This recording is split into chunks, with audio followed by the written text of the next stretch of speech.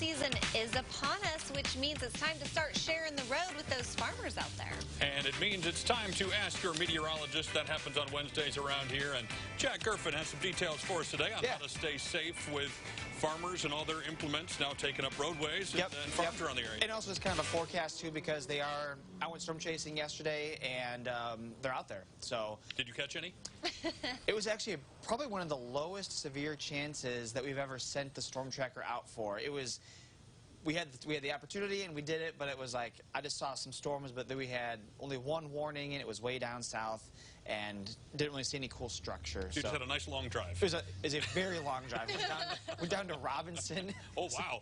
So it was a long drive. I got back home at like 11:30. Oh, my goodness. Nice. Well, let's talk about farm stuff instead. So if we got our graphics up here, we'll hopefully see that we got our harvest forecast up here for tomorrow.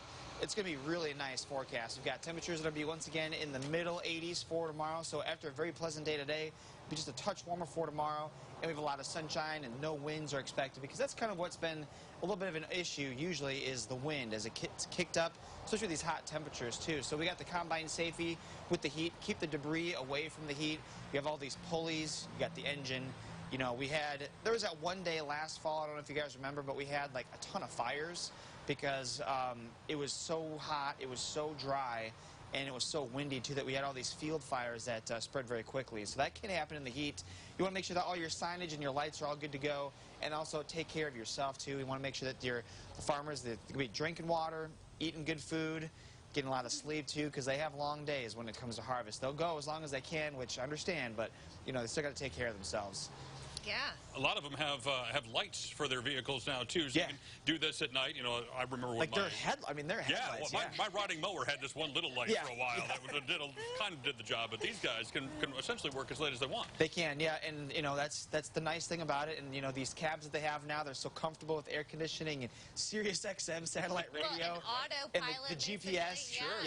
But I mean, they still got to take care of themselves, and we also still have to watch out too, because one of the things I saw was that, you know, usually they get the edges first, and so now storm chasing, that would obviously be good for visibility. If they get the edges first, then the cars that are on the road, which would be near the edge, can see that. But you know, these are obviously huge machines. These are slow-moving machines. We just got to give them a little bit of extra space.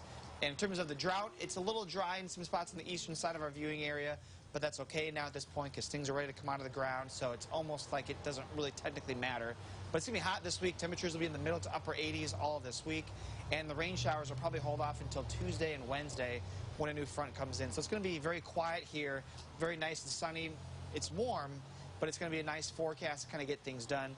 Maybe a stray shower chance on Saturday, but we do think that really today, tomorrow, through the weekend, even into about probably Monday, you're good. By Tuesday and Wednesday, we're looking at our next system to come through here. That might be kind of a bigger one with more rain, but it's dry for a long time here, so we do think that a lot of them are going to get going here pretty hard in the next 7 days. So we don't need to worry about any of that hurricane happening down on the Gulf. That's not going to come up this way? No, it's pretty much, and unfortunately for them, it's going to be basically stationary down there. So Nicholas are just going to drop a ton of rain across Louisiana, Mississippi, Alabama, where they don't need any more rain, but it stays away from us. So we're dry until, like I said, about Tuesday and Wednesday when our next big cold front comes on through. All right. So be on the lookout for those plows and...